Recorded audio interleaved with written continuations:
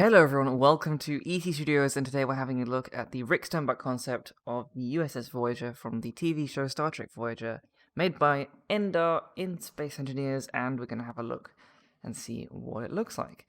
This is a concept design for the USS Voyager that was made and never used in the show, obviously. The show had a bit more of a curvy design and a little bit of a different shape, but you can see where they got the idea from.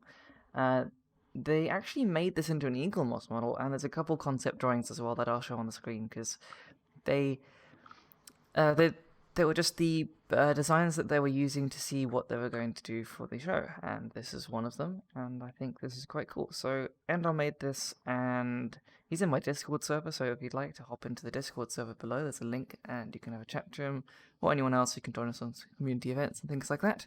But anyway, let's have a look. I like the new doors that they gave us in the game, because now we have proper shuttle bay doors, which is awesome. So there we go, a little shuttle bay, and I think you showed a picture of a shuttle in here.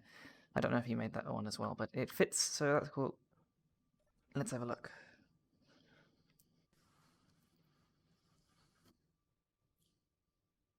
Okay, so we have just a button for the shuttle bay doors, and let's have a look. We have a fairly normal airlock going into the engineering deck with two jump drives, which would be the warp core. Okay, cool. These got nice little LCD here, and that's actually the right ship. This isn't actual Voyager. This is the Sternbach concept. So obviously it was quite well thought out, and people have used this concept to do other things. So let's go into engineering. I like the warp core. That's really cool.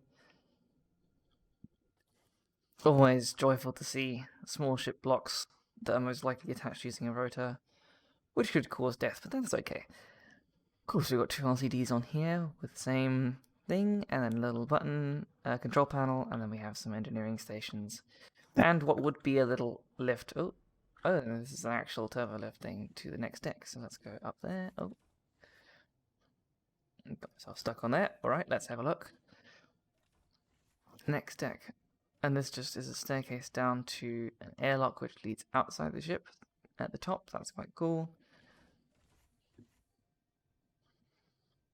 Nothing else on this deck other than some nice windows. I like the new windows as well. The game's really flushed itself out. There's a new update that came out recently. I made a video on it. You can check that out in the card above. And it's really cool. The level they made for that really puts all the different DLC and all the different bits and pieces they've given to the game recently.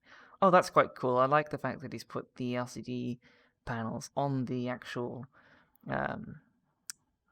text panels, because you can now modify the panels on the seats. So that's really cool, actually. I can see this being used a lot more in some Star Trek designs now, and obviously any other designs as well. So let's hop back down to engineering. What was on the second little deck here? So that just leads back there. So it's quite a compact design. Obviously, this isn't a full-scale ship, but it's a very cool one. And was that a door? No.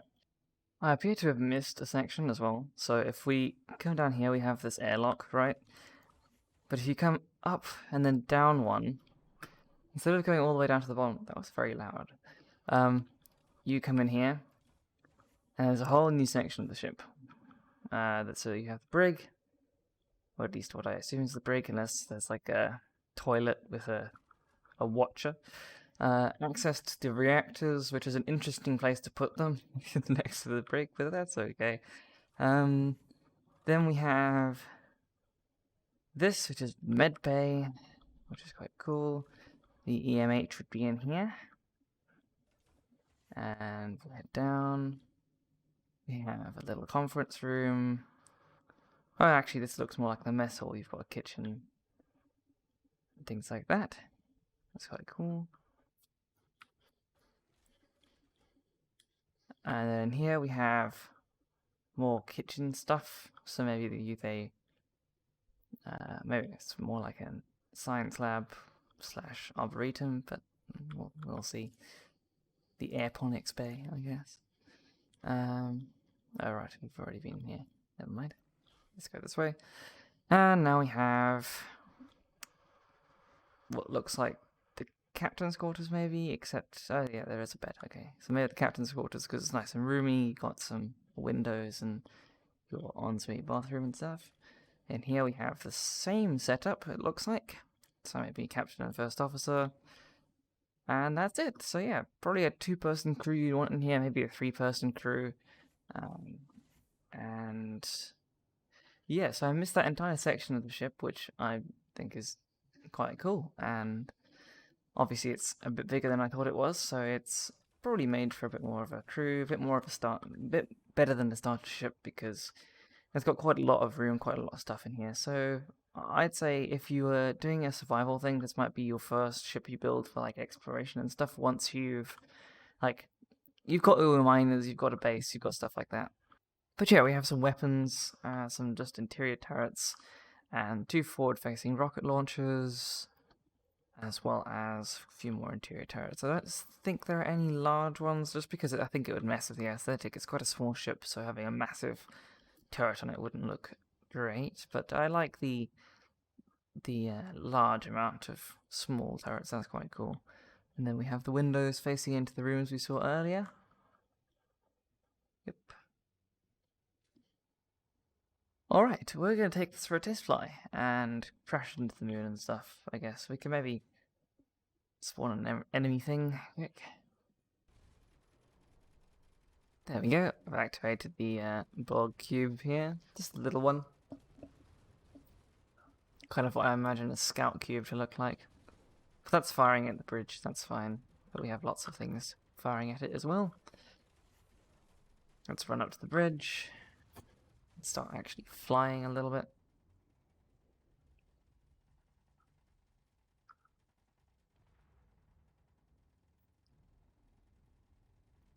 So the Borg cube is just equipped with a couple small grid Gatling turrets, but they don't have a great firing arc, so it isn't going to hit us that much.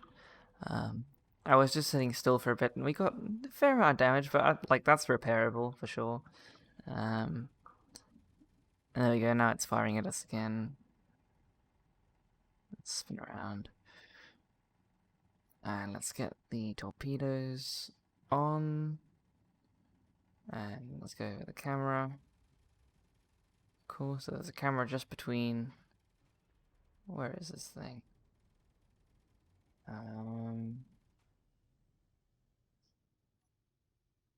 Oh, it's just there. There it is. Firing 1. Oh, firing 2. The Borg cube is so small, I just I couldn't hit it. Okay, so don't turn up while firing these because you'll probably hit your own ship. But they're just your usual missile launchers, so they're not going to do crazy amount of damage, but they're decent if you can hit your target.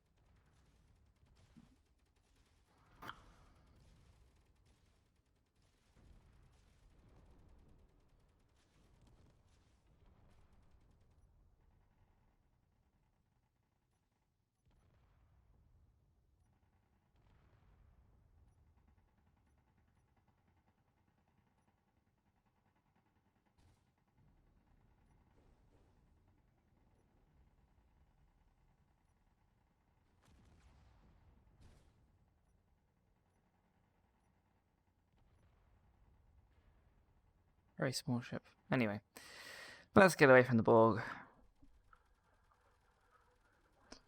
and have a look at our damage. So it fired at us a fair amount, but there's a minor hull breach in the bridge, which is fine. No one's dead. I mean, it's on fire, but that's fine. One of our turrets is down, and like a conveyor. Conveyor, and maybe the actual air vent is down as well. So we've lost pressurization, but that's fine. People have helmets. And yeah, acceleration on the ship isn't crazy, nor is deceleration, it appears, but it's an exploration ship. It's not made for combat, so you're not supposed to be like, well, you want to get out of places in a hurry, but that's what the jump drive is for, so... Let's go and have a look. How far are we going to get with that? Whoa, okay. This thing can go far. It's a very small ship. Yeah, we were on the opposite side of Earth from where we are now, and, well, obviously much less far away.